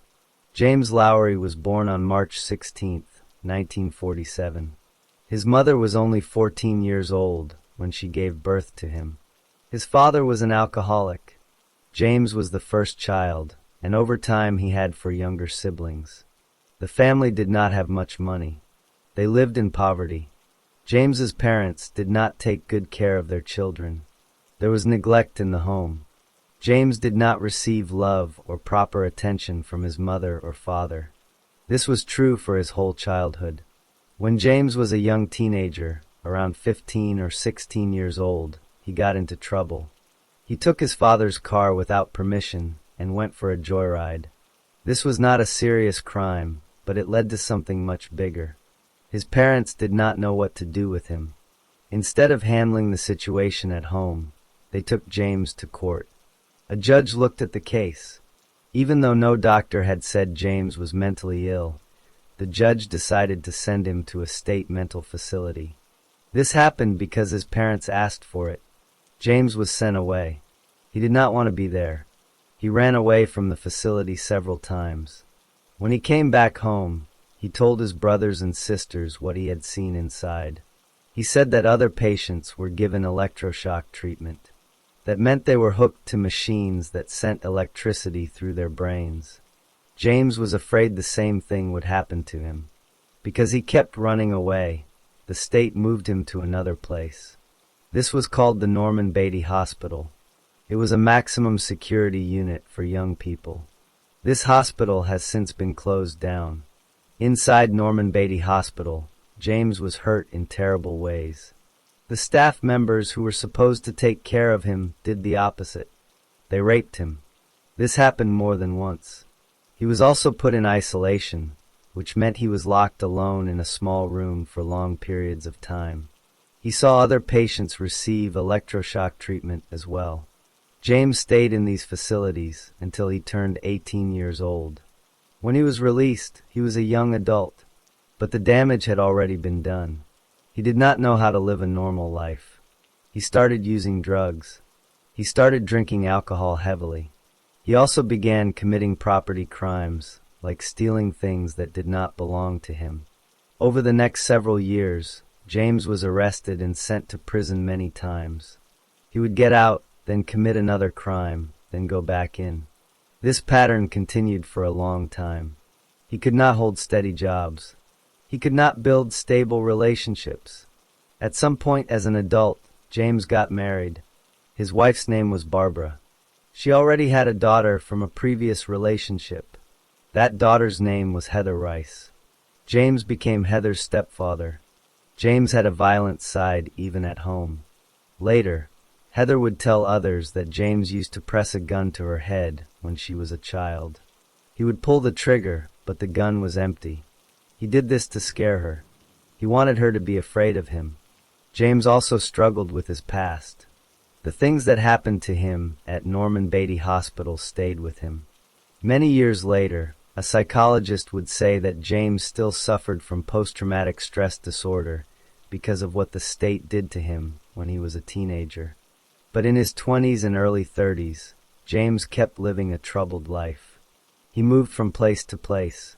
He took odd jobs when he could find them. He was always looking for money, but he did not have legal ways to get enough of it. He would eventually meet an elderly couple who needed help around their property. That couple would offer him a job. That job would change everything. But that story comes later. James Lowry and his wife Barbara took a job as caretakers for an elderly couple named Mark and Gertrude Thompson. The Thompsons lived in a country home in West Point, Indiana. Both were 80 years old. They were in poor health. They needed help taking care of themselves and their property. The Thompsons let James and Barbara live in a small trailer on their property. The trailer was next to the garage.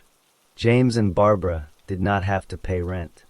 They also received a small salary for their work. But the Thompsons were not happy with the work James and Barbara did. They did not say exactly what the problem was, but they decided they wanted the Lowrys to leave. Mark Thompson told James and Barbara to get off the property immediately. James did not want to leave. He told Mark Thompson that he had no money and no place to go. Mark Thompson offered James $100 if he would leave right away. James took the money. He moved his family out of the trailer. They went to live in an old school bus parked at a nearby campground. James was angry about losing the job. He was also angry about losing the free trailer. He had met a woman named Janet Brown at the West Point post office before he was fired. In that conversation, James told Janet that Mr. Thompson was all right, but Mrs. Thompson was hateful. He spoke badly about the Thompsons. Janet thought he sounded hateful toward them. After losing the job, James started talking with a friend named Jim Bennett. Both men needed money. They discussed committing some kind of crime to get cash. James told Bennett that he knew a place where they could get money. He did not give details at first.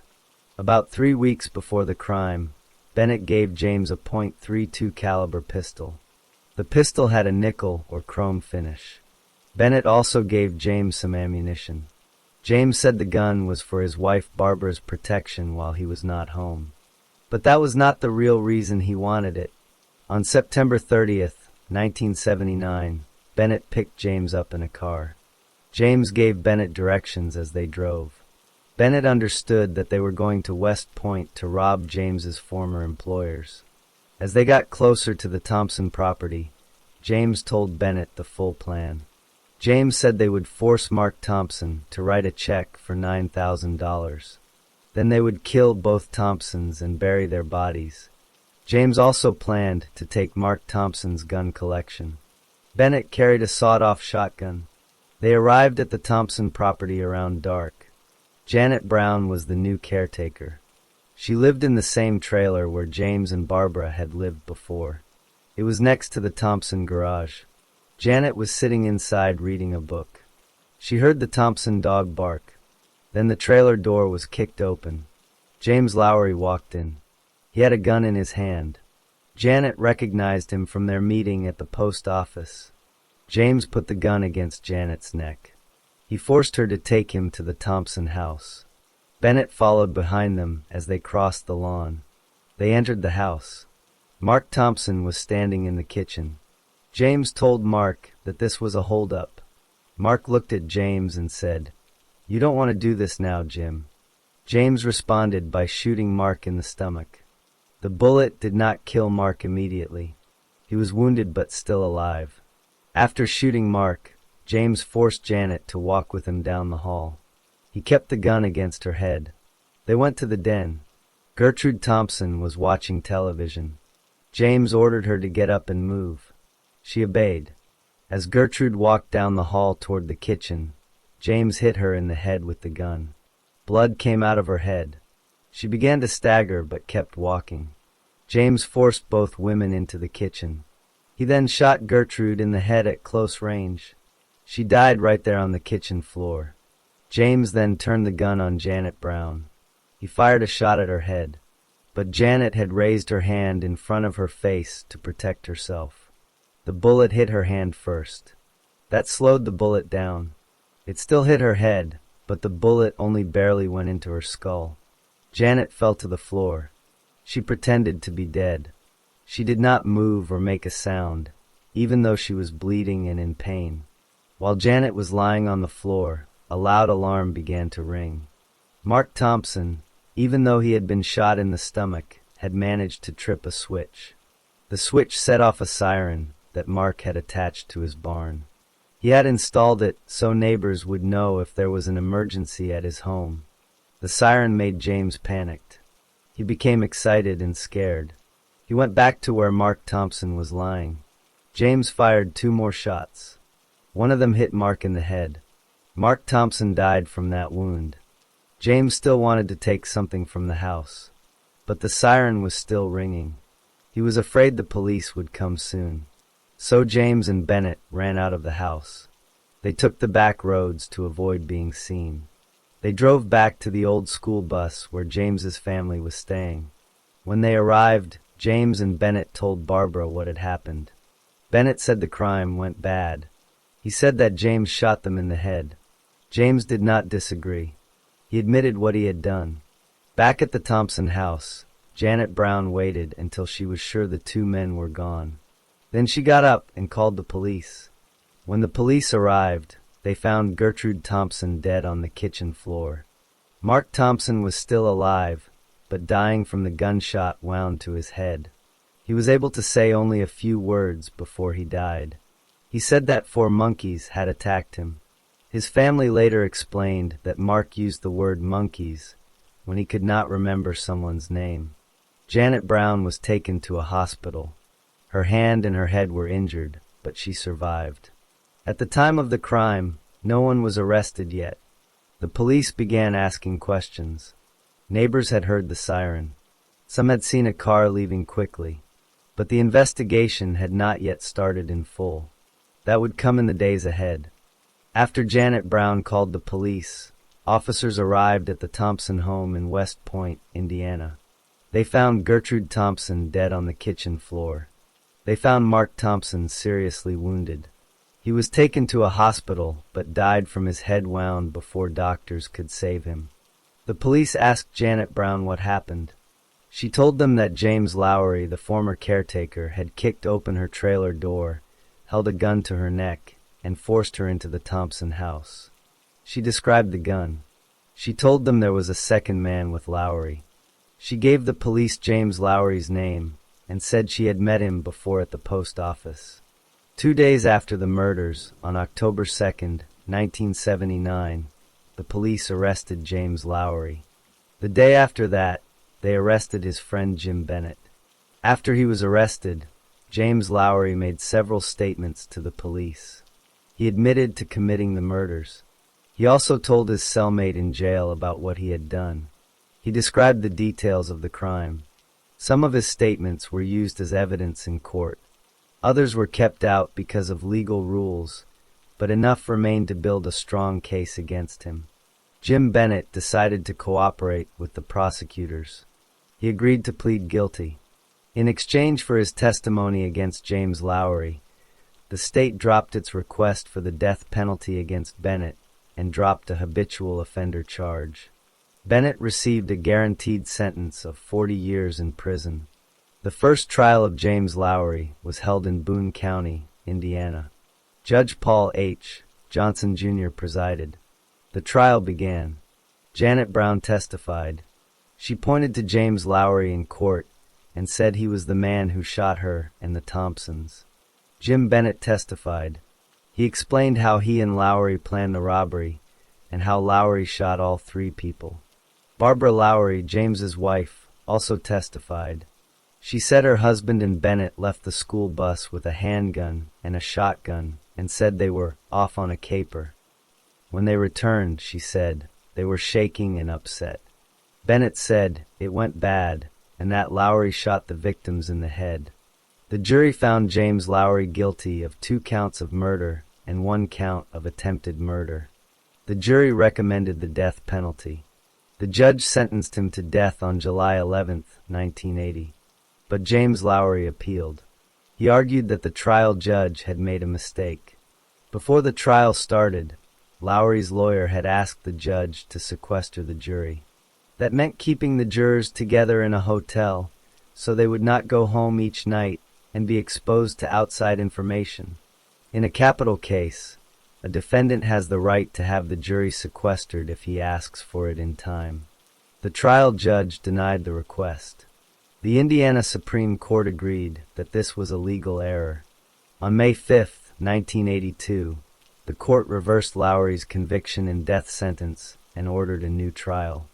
The second trial was moved to Hendricks County, Indiana. Judge J.V. Bowles presided. This time, Jim Bennett refused to testify. He wanted a better deal from the state. The state refused to give him one. The judge brought Bennett into court. Bennett said he would not be sworn in as a witness. The judge held him in contempt of court. The next day, the same thing happened. Finally, the judge declared that Bennett was unavailable to testify. The prosecutors were allowed to read Bennett's testimony from the first trial out loud to the jury. Janet Brown testified again. She again identified Lowry as the shooter. Police officers testified about statements Lowry had made. Tape recordings of Barbara Lowry's statements were played for the jury. An expert witness gave his opinion about how close the gun was to Gertrude Thompson's head when she was shot. The jury found James Lowry guilty again. At the sentencing phase, the prosecution argued that the murders happened during a burglary and that there were 2 victims. These were aggravating factors that supported the death penalty. Lowry's mother, father, and youngest sibling testified for him. A psychiatrist testified as well. Lowry himself took the stand and admitted to the crimes. He said he was sorry, but the jury still recommended the death penalty. On January 7, 1983, Judge Bowles sentenced Lowry to death for the 2 murders and to 50 years in prison for the attempted murder. Lowry appealed again. The Indiana Supreme Court affirmed the murder convictions and death sentences on April 22, 1985. Later, in 1994, the court reversed the attempted murder conviction because the jury had been instructed incorrectly on that 1 count. The state chose not to retry him for attempted murder. Lowry remained on death row for the 2 murder convictions. Over the next several years, Lowry filed more appeals. He asked for post-conviction relief. He asked for a writ of habeas corpus in federal court. The U.S. District Court denied his petition on July 6, 1999. The U.S. Court of Appeals for the 7th Circuit affirmed that denial on August 29, 2000. The U.S. Supreme Court declined to hear his case on April 2, 2001. Lowry asked the governor of Indiana, Frank O'Bannon, to commute his death sentence to life in prison. The Indiana Parole Board held a clemency hearing on June 18, 2001. Lowry's lawyers presented evidence about the rapes he suffered as a teenager at Norman Beatty Hospital. A psychologist testified that Lowry still had post-traumatic stress disorder from that abuse. The board also heard that Lowry had been a model prisoner for 22 years on death row. He had no disciplinary write-ups. He had helped save another prisoner's life by calling attention to a suicide attempt. He served as a peacemaker between prisoners and prison staff. Lowry's own stepdaughter, Heather Rice, spoke against him. She told the board that Lowry used to press a gun to her head and pull the trigger when she was a child to intimidate her. She asked the board to let him be brought to justice. The parole board voted unanimously to recommend against clemency. Governor O'Bannon denied the clemency request. In his written decision, he noted that 24 jurors and 23 judges had found the death penalty appropriate in Lowry's case. On the day of his execution, June 27, 2001, Lowry did not ask for a special last meal. He ate the standard prison food. He slept for much of the evening. He met with his lawyers and with a priest. Shortly after midnight, a series of 3 drugs was injected into his veins. He was pronounced dead at 12:29 a.m. at the Indiana State Prison in Michigan City, Indiana. Janet Brown survived her wounds and lived the rest of her life with the memory of that night. Jim Bennett served his 40-year sentence. The Thompson family buried Mark and Gertrude Thompson, an elderly couple who only wanted help around their home and instead lost their lives to a man they had once trusted. James Lowry was the 722nd person executed in the United States since 1976, and the 9th person executed in Indiana since the death penalty was reinstated.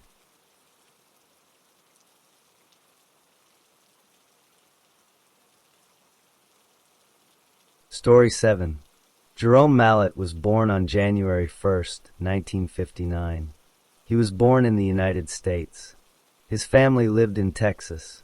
Jerome grew up in Texas. When Jerome was a young boy, he hurt his right wrist. The injury did not heal the right way. Because of this, his right hand became different from most people's hands. He could compress his hand. He could make it very small. He could make it almost the same size as his wrist. This meant he could sometimes pull his hand out of things that were supposed to hold it. For example, he could slip his hand out of a tight opening or a pair of handcuffs. This was not something he trained to do. It was simply how his body healed from the injury.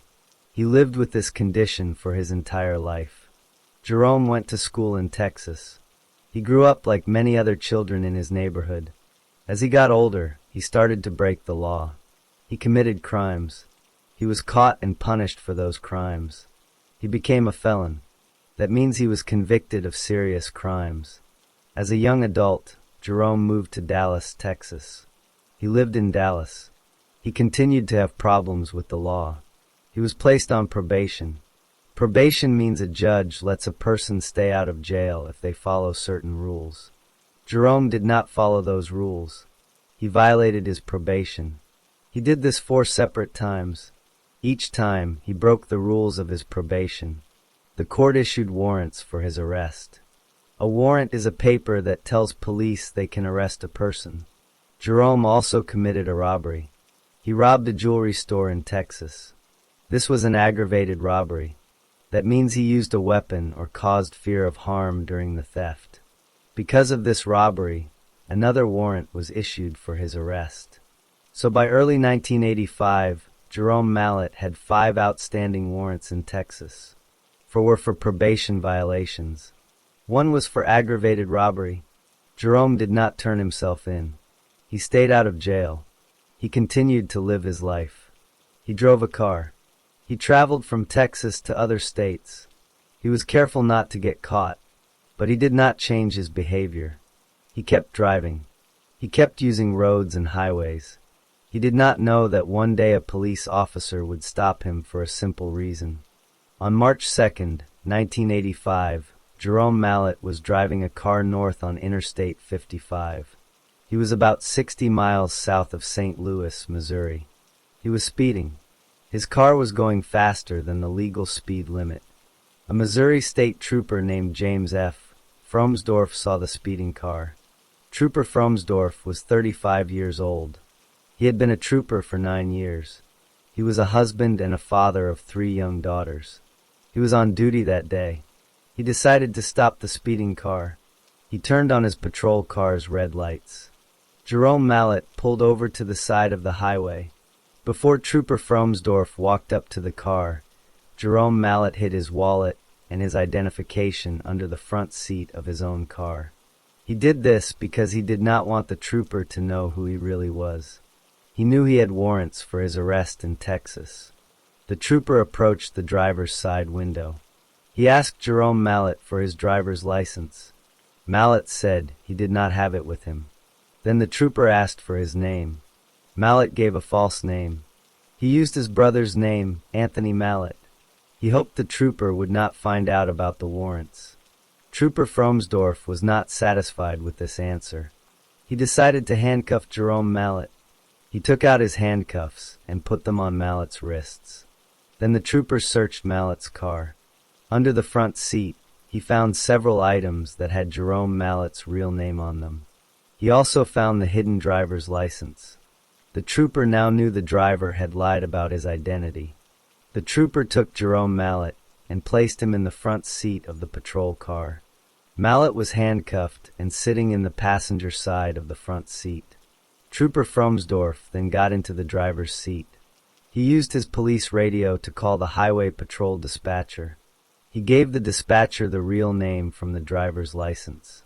He asked the dispatcher to run a check on Jerome Mallet. The dispatcher did the check and called back. The dispatcher told Trooper Fromsdorf that Jerome Mallet was wanted in Texas. He had 4 warrants for probation violation and 1 warrant for aggravated robbery. The trooper now knew he had arrested a wanted felon. At 5:40 p.m., Trooper Fromsdorf made his last radio transmission. He told the dispatcher that Mallet was in custody. He said he did not need any assistance. He said the dispatcher could contact him next at the Perry County Sheriff's Office. The trooper then began writing a ticket. He was sitting in the driver's seat. His .357 Magnum service revolver was in the patrol car with him. While the trooper was writing, Jerome Mallet used his deformed right wrist. Because of his childhood injury, he could compress his hand to be very small. He slipped his right hand out of the handcuff. His hand came free. One hand was now loose. The other hand was still cuffed. Mallet then attacked Trooper Fromsdorf. He reached for the trooper's .357 Magnum revolver. The 2 men fought inside the patrol car. The struggle was violent. The inside of the car became a mess. During the fight, the gun fired. Trooper Fromsdorf was shot 1 time in his bulletproof vest. The vest stopped that bullet, but then the gun fired again. The trooper was shot 2 times in his neck. These wounds were fatal. After the shooting, Jerome Mallet got out of the patrol car. He left the trooper's body inside the car. He left his own driver's license and his other items in the patrol car. He also took the trooper's .357 Magnum revolver with him. Then he got back into his own car and drove away. At approximately 6 p.m., a motorist was driving on Interstate 55. The motorist saw an unoccupied patrol car on the side of the road. Its red lights were still flashing. The motorist thought this was strange, so the motorist stopped to investigate. That is when the motorist found Trooper Fromsdorf's body inside the patrol car. Meanwhile, Jerome Mallet was driving away. He was trying to escape. At around 7 p.m., a deputy sheriff from St. Francois County saw Mallet's car. The deputy recognized the car from the alert that had gone out to police. The deputy started a pursuit. He chased Mallet's car. Mallet tried to get away. He missed a turn. His car ran up an embankment and crashed through a fence. The car ended up in a field. Mallet got out of the car and fled on foot. He left the car behind. On the floorboard of Mallet's abandoned car, the deputy sheriff found Trooper Fromsdorf's .357 Magnum revolver. Jerome Mallet kept running. He swam across a river to get away from the area. That night, he found a garage with a car inside. He hid in that car and slept there. The next day, he kept moving from place to place. He hid in different locations. He was trying to avoid being caught by the police. 3 days passed. Mallet was still free. He still had one of Trooper Fromsdorf's handcuffs dangling from his left hand. He had never removed it. He went to a fast food restaurant. He did not know that police were looking for him in that area. When he was at the restaurant, police officers saw him. There was a brief chase. Then the officers caught him. He was arrested in Deslig, Missouri. The handcuffs were still on his left wrist. After Jerome Mallet was arrested in Deslig, Missouri, police officers took him to a highway patrol station. The handcuffs from Trooper Fromsdorf were still on his left wrist. Officers removed them at the station. Mallet was read his Miranda rights. These rights tell a person they can remain silent, and they can have a lawyer. Mallet said he understood his rights. Then he agreed to speak without a lawyer present. He gave a videotaped confession. On the tape, he admitted to shooting Trooper Fromsdorf. But he said it was an accident. He said he did not mean to kill the trooper. The police did not stop with the confession. They conducted a full investigation. An autopsy was performed on Trooper Fromsdorf's body. The autopsy is a medical examination done by a doctor to determine the cause of death. The doctor who performed the autopsy looked at the bullet wounds. The doctor found that the trooper was shot once in the bulletproof vest and twice in the neck. The doctor concluded that the shooting was not an accident. The medical evidence did not support Mallet's claim. Police also examined the patrol car. The inside of the car showed clear evidence of a struggle. Items were thrown around. There was damage from the fight. On the hood of the patrol car, investigators found a hand print. That hand print belonged to Jerome Mallet. This showed that he had touched the outside of the patrol car during or after the struggle. Hundreds of police officers were involved in the search for Mallet after the murder. They came from many different departments. They conducted a house-to-house search in the community. After Mallet was caught, many of those same officers attended Trooper Fromsdorf's funeral. The trooper was buried with honors. He left behind a wife and 3 young daughters. The legal process began. Jerome Mallet was formally charged with first-degree murder on May 13, 1985. The case was moved from Perry County to Schuyler County. This was called a change of venue. The judge chose Schuyler County.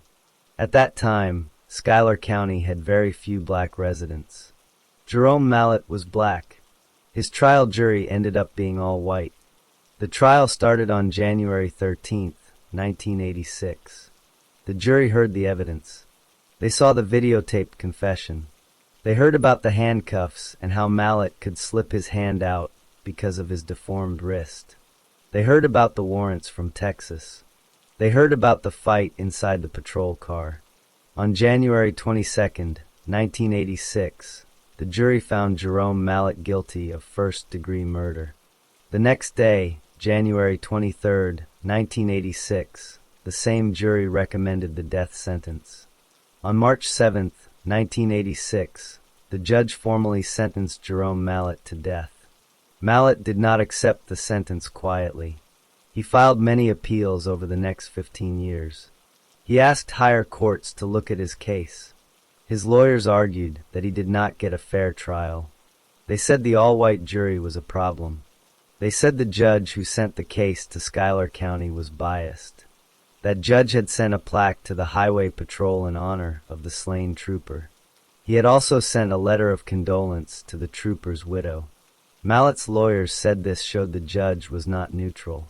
One circuit judge agreed with Mallet. That judge said Mallet deserved a new trial because of the unfair jury selection. But the Missouri Supreme Court overruled that decision. The Missouri Supreme Court reinstated the conviction and the death sentence. Mallet then asked the United States Supreme Court to hear his case. The U.S. Supreme Court refused to hear it. 3 justices disagreed with that refusal, but the majority let the death sentence stand. Mallet also compared his case to another case. A white man named David Tate had killed a state trooper and seriously wounded another trooper. Tate received a life sentence, not death. Mallet's lawyers said this showed racial bias. But the courts did not accept this argument. The execution date was set. On July 11, 2001, Jerome Mallet was 42 years old. He was taken to the Potosi Correctional Center in Potosi, Missouri. He was given a lethal injection. That means drugs were put into his body to stop his heart. He was pronounced dead at 12:06 a.m. Before he died, he made a final statement. He said his heart and best wishes went to the Fromsdorf family. He said he hoped everyone could move on and learn from what happened. He said he loved his family and friends. Trooper James F. Fromsdorf remained dead. His family continued to live without a husband and father. Jerome Mallet became the 723rd murderer executed in the United States since 1976, the 51st executed in Missouri since 1976, and the 5th executed in Missouri in 2001. The case was closed.